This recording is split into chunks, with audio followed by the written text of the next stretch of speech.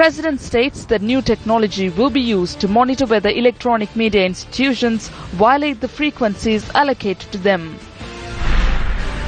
Former senior DIG Lanka further remanded until the 20th of this month.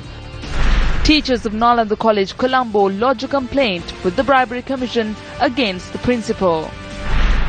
Protest stage across the country against the increase of VAT. Sri Lankan skipper Angelo Matthews reveals the reason for Sri Lanka's poor run of form in England. Hello there, very good evening to all our viewers, and you're watching Primetime News. We are coming to you live and direct from the Newsfirst studios here in Colombo. I'm Joel Outscones. I'm Sonali Wanik-Paduge. We start off first with a look at your top story.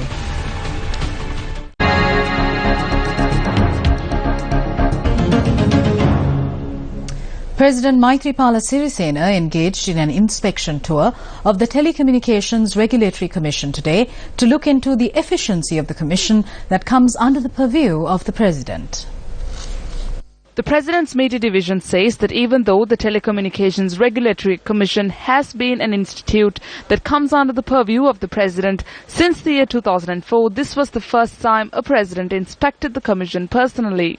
President Maithripala Sirisena drew his attention to the vacancies at the Commission and informed the officers to recruit officials who are qualified as soon as possible. When you take a look at the media institutions in the country, I carried out a small survey with regard to the private and public media stations in the past few weeks. The report I received regarding the activities of the private media organizations, especially in news broadcasts, 80% of time is used to criticize the government. Only 20% is used on behalf of the government. The government can be criticized, there is no problem with that. But the institutes need to be fair. It is all right to use 60 or even 65% of the total time to criticize the government, but only a small period of time is used to telecast the development activities and the good activities done by the government. Media institutions should not monopolize the freedom they have. They have to represent the public, and they also have to do justice to the government. The administration and management of this institute can guide these institutes with regard to things such as this. That does not mean ordering the media, controlling it, taking away media freedom or intimidating them. And in news from Parliament this evening, parliamentarians were once again given the opportunity today to pose questions directly to the Prime Minister. Chief Opposition Whip Anura Kumara Dissanayake raised a question today on the issues surrounding Indian fishermen who invade Sri Lankan waters. We would like to ask the Prime Minister as to whether any discussion had been held with regard to granting permission for Indian fishermen to fish in Sri Lankan waters. Indian දීවරයන්ගේ මේ අනවසර දීවර කටයුතු පිළිබඳව ගරු The Foreign Minister has held discussions with the Indian Foreign Affairs Minister with regard to the Indian fishermen issue. Permission has not been granted for Indian fishermen to engage in their activities in Sri Lankan waters. According to the acts that are to be presented before Parliament, those found to have engaged in illegal fishing activities will be subject to fines ranging from 1 million to 15 million rupees.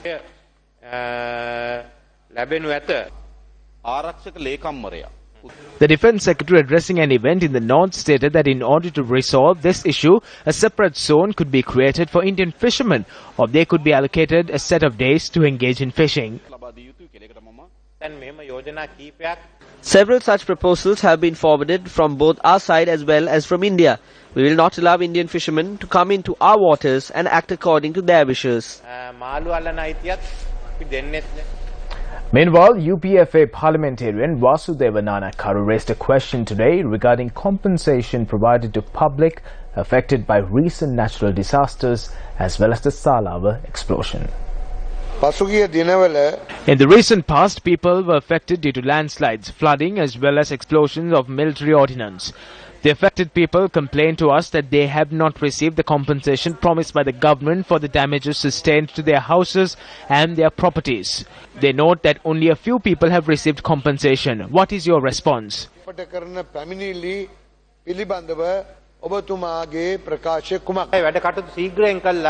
We are working as fast as we can to provide alternative lands. We also do not like to keep these people in dangerous areas. Compensation is being provided to those affected in the Kalni Valley area. We are in the process of obtaining alternative lands for those affected. However, it will take some time in order to identify lands and take them over. We have received the compensation estimates for those affected by the Salava blast. Some people are not satisfied with the estimates. Prime Minister, the term fast is a relative term. Can you provide a specific time frame for this term? We have given all the money that is to be given. How long are these people supposed to remain in their houses for their relatives? How long are they supposed to stay in tents? Alternative lands have been identified. People in Kolonnawa cannot be relocated to Kaluwagala. We will do it as soon as we can. The initial payment of 50,000 rupees has only been granted to 300 persons. The checks for the others have been printed but are not being issued because they are saying there is no money.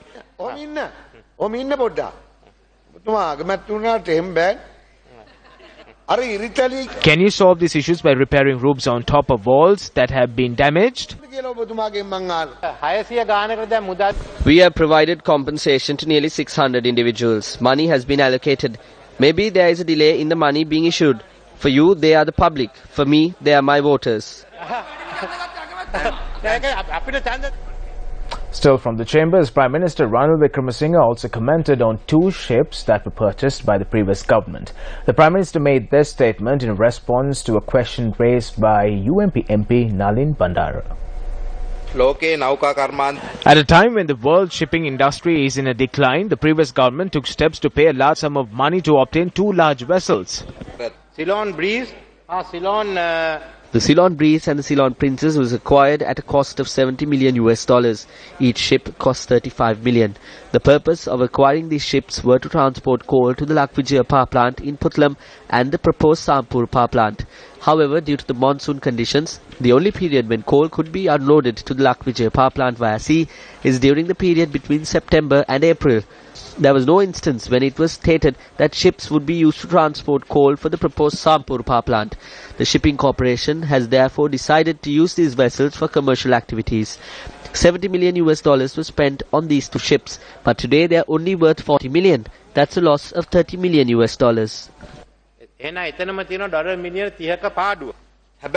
The IMO number of both vessels begins with the number 97, so there is a doubt that these vessels are old.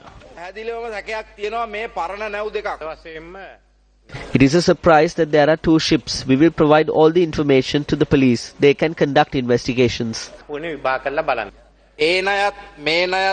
there any more loans obtained by the Rajapaksas? There are loans elsewhere. We have certified loans worth $1.3 trillion. We will pay off these sins, take this country forward and still provide jobs to the public. The Sri Lanka Freedom Party convened a media briefing at the party headquarters today and expressed views regarding a meeting of the joint opposition held in Badulla recently. There was a rumor that something is to commence from Badulla. We are also from the Badulla district. Leave aside something commencing from Badulla. Badulla is a place where lots of things concluded in the past. We call on our party members and the district not to divide. There are numerous instances in the past that we can learn from. Vimal Veeravansa said something that goes on the lines that Silvas and Pereiras are not needed and that they are individuals who betray. That is a statement which is sectarian and feudalistic, as seen in Vimal Veeravansa's politics. But I posed this question to Basil Rajapaksa, who was there when this statement was made. Does the Sri Lanka Freedom Party mean only the Rajapaksas? The Sri Lanka Freedom Party is a combination of the Rajapaksas, Bandaranayakas, Kumaratungas, Sirisenas, Pereiras, Selvas, Soizas and Gunaratnas. And on the other side, we have the Alutgamages, the Valgamas, Amunugamas, Disanayakas and the Ratnayakas. Velgamala, Amugamala, Disanayakala, Ratnayakala means Yudinagam Ekatuam. Minister, there was a meeting held yesterday under the patronage of Chandrika and other members. This is not allowed to be covered by the media. Punishments for the Sri Lanka Freedom Party members who are in the joint opposition were discussed at this meeting. මම ඒක දැක්කේ I saw it in the papers as the media spokesperson of the SLFP. I think this meeting was a party held by Chandrika Kumaratunga with her closest allies. Were you not invited?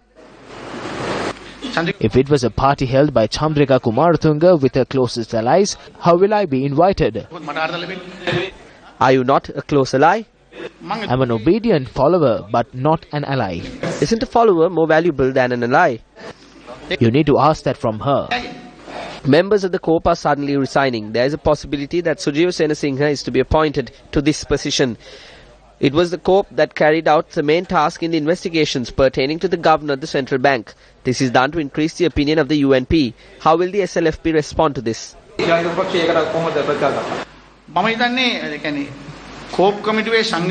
I think the combination of members in COPE is decided by both sides. The parties decided who will be appointed and who will not be appointed. It was the UMP's decision to remove Velu Kumar and appoint Sujiva Senasinghe. That is the decision of the party.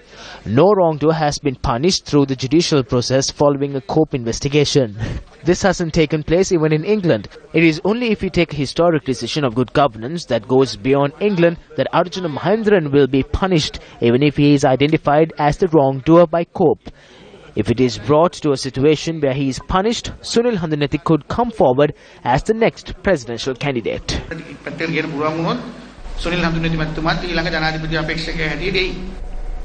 An event to lay the foundation stone for the construction of the 32nd model village under the Udagammana housing program was held in Hambantota today. The event was held under the auspices of the Minister of Housing and Construction, Sajid Premadasa. The model village will consist of 80 houses. The minister presented land deeds to families that are to be settled in the model village. The former Minister of Economic Development is saying that this government was created through a hopper revolution that will be defeated by the joint opposition. මේ ආණ්ඩුව බිහිවුනේ ආප්ප විප්ලවයෙන්. ආප්ප විප්ලවයෙන් බිහිවුණු මේ ආණ්ඩුව කුරහන් තලප න්‍යාය පත්‍රය හරහා පරාජය කරනවලු ඒකාබද්ධ විපක්ෂය. Now who is saying this? It's Basil Rajapaksa. Who is Basil Rajapaksa? He is the same person who duped the former president, hoodwinked him and then conspired to bring about his downfall. This country faced a huge disaster during the time when Basil Rajapaksa was in power.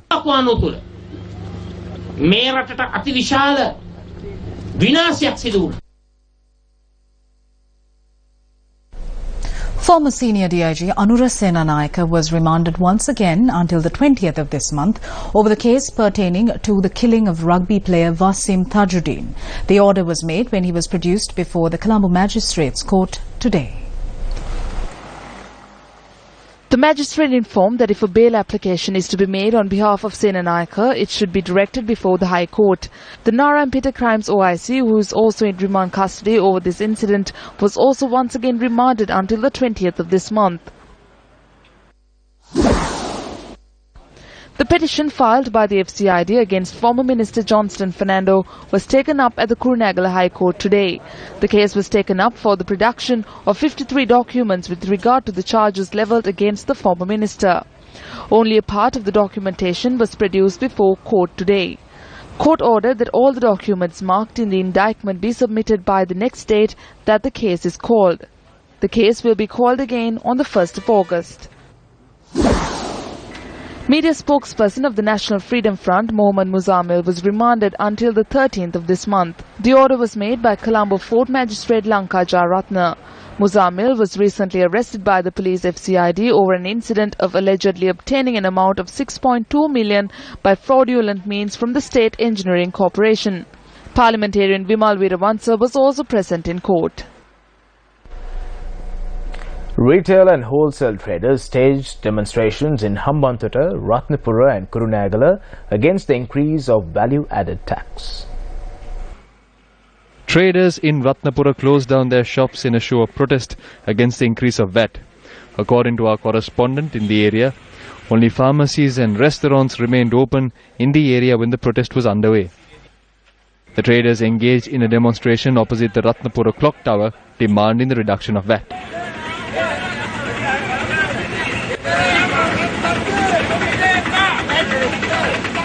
During the protest, a group calling themselves the Organization to Safeguard the Government of Good Governance and the People of the Country arrived at the location. UMP Chief Organizer of Ratnapura, MP A.A. Vijay Tunga, as well as a group of UMP urban councillors were among the group. The group shouted slogans in support of the value-added tax, and a tense situation ensued.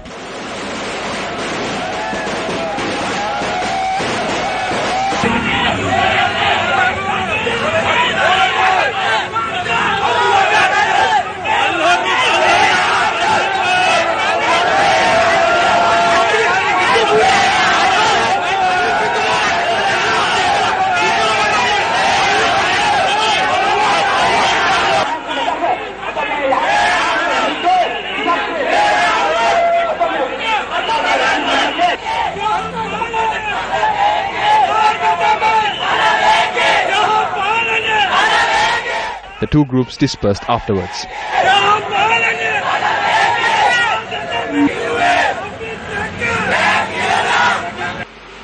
Shops were closed down in the Udavalava and Amlipiti areas in the Ratnapura district as a mark of protest against the increase of VAT. The group, which engaged in a protest in Udavalava, showed their discontent by raising black flags.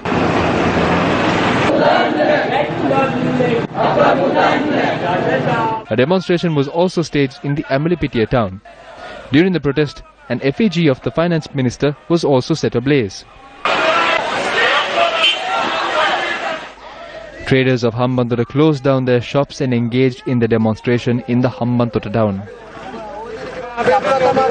Demonstrations were held in the Ranna, Veerakatiya and Meddeniya areas in Hambantota.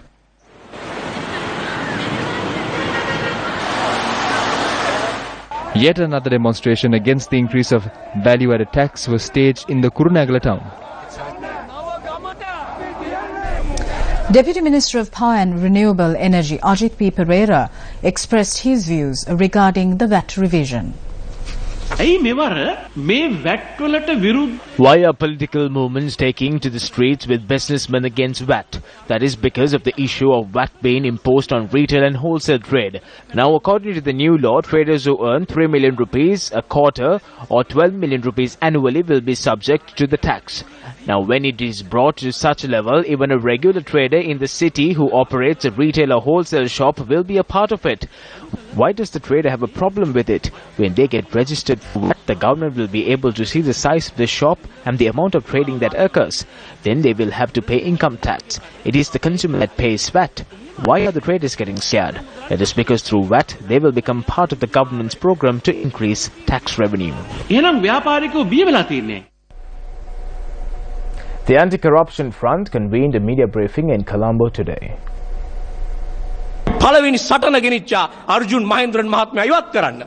The first fight was to remove Arjuna Mahindran, and we managed to do that with great difficulty.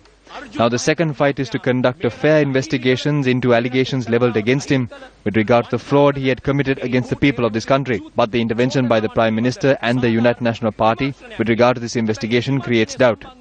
They are attempting to shift the power of COPE by appointing persons to COPE who will be capable of protecting Arjuna Mahindran. The UMP and the Prime Minister are acting against the aspirations of the people who voted for change on the 8th of January. Former chairman of the Ceylon Chamber of Commerce, Chandra Jayaratna, in a letter to COPE chairman MP Sunil Handunnetti, stresses on the importance of COPE committee members having a sound knowledge of accountability of a parliamentary oversight committee. Addressing a letter to the chairman of the Committee on Public Enterprises, COPE, Sunil Handunnetti, former chairman of the Ceylon Chamber of Commerce, Chandra Jayaratna, says that since the members of COPE addressed the challenging task of developing and presenting an independent, professional, unbiased report to Parliament on the bond issues of 2015 and 2016, it is important for them to have a sound knowledge of the general principles of accountability of an oversight committee of Parliament. Chandra Jayaratna points out that Section 70 of the Sri Lanka legislative enactments dealing with bribery and corruption makes it clear what constitutes corruption in relation to any public servant. He notes that according to the provisions, any public servant with intent to cause wrongful or unlawful loss to the government or to confer a wrongful or unlawful benefit, favour, advantage on himself or any person with knowledge that loss will be caused to any person or the government does any act which he is empowered to do or induces any other public servant to perform or refrain from performing that act or uses information coming to his knowledge or participates in making any decision or induces any other person directly or indirectly to perform or refrain from performing any act shall be guilty of the offence of corruption. Senior journalist J. Sri Ranga says that the person who advised to obtain bonds worth 10 billion rupees should be revealed to the country. These views were expressed during the Davasa program telecast on our sister channel Sirasa TV yesterday. Advertisement daanne 1 billion කියලා තමයි දාන්නේ. When there were bonds being sold, they advertised it for 1 billion. What happened afterwards? They said it's 20 and then they took it to 10. The government says let's go for 20 billion, but then decide on 10 billion. On whose advice was this done? Who said that 10 billion was required by our treasury? We must nab that person now. Who gave the advice? Why was such an advice given to obtain 10 billion all at once? How long was it for? It was for 30 years. The Auditor General has said that there has been a loss of 1.6 billion rupees. That was on the day that it was signed. What will the loss be today? What will the loss be after the completion of the 30 years? That is the question. We continuously said on the 8th that they are stealing from the roads, that the roads can be constructed using gold and silver. If the same amount was given to the same contractor, there needs to be an explanation made to the country. There has been no explanation. A memorial was held today in remembrance of Captain Henry Pedris, a national hero who sacrificed his life for the independence of the nation. Henry Pedris was born on the 16th of August 1888 in Gaul and received his primary education at Royal College Colombo and St. Thomas's College, Mount Lavinia. Pedris joined the military soon after his higher education and soon went on to become a captain of the Colombo Town Guard at the time. Captain Henry Pedris was executed by British officials on the 7th of July 1915 for acting against the Crown. The execution of Henry Pedris, who asked for his blindfold to be removed at the time he was executed, was viewed as extremely unjust by most Sri Lankans, hastening the movement towards independence. The charges that were made against him were later proved to be false. The parents of Henry Pedris constructed the Isipatana Ramaya in Havelock, Colombo after the demise of their son, and in the year 1971, a first-day cover and a stamp was also issued on his behalf. An almsgiving was held today at the Isipatana Ramaya, reminiscing late Captain Henry Pedris. The 101st memorial was held opposite the statue of Henry Pedris in Havelock town.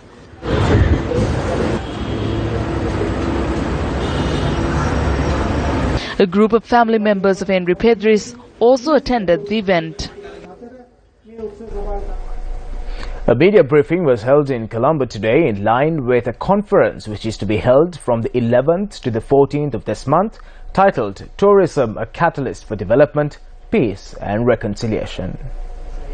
The United Nations World Tourism Organization, in collaboration with the Ministry of Tourism Development and Christian Religious Affairs, is organizing this tourism conference in line with Sri Lanka's Golden Jubilee of planned tourism.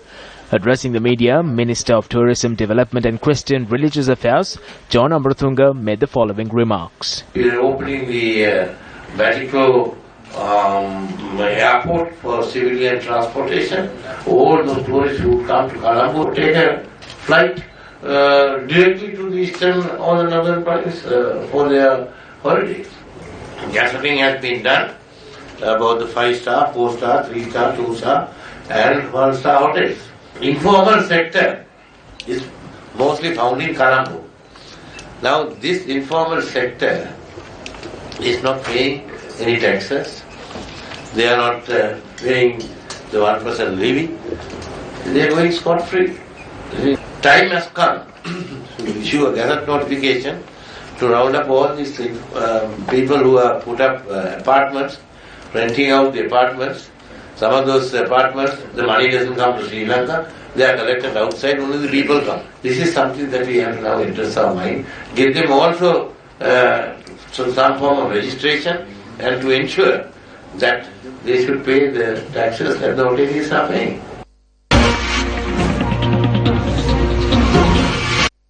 Two complaints regarding Nalanda College Colombo were lodged with the Borala police today.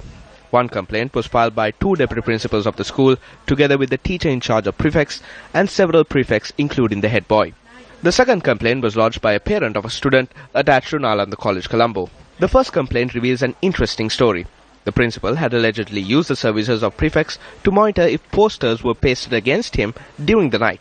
While on patrol in this manner, the prefects had noticed that the individual who lodged the second complaint today entering and exiting the school at around 3 a.m. If any posters are placed around Nalanda College in a manner which would cause harm to the image of the school, then legal action should be taken against it. However, if steps were taken to deploy prefects during the night to monitor if such activities were taking place, then these persons should be removed from Nalanda College and the education sector as well. According to the second complaint that was lodged today, the parent in question had stated that the head boy and several other prefects threatened him as he was dropping off his son to the school. According to the complaint, the parent had been threatened regarding the pasting of posters. On the 9th of last month, prefects of Nalanda College, Colombo were involved in yet another questionable action. They had attempted to lodge a complaint with the police, stating that this teacher, who is employed at Nalanda College, had attempted to unlawfully enter the school. The police refused to accept the complaint lodged by the prefects. The police then investigated the claims and found out that an attempt was made to lodge a complaint against this teacher based on the instructions of the principal.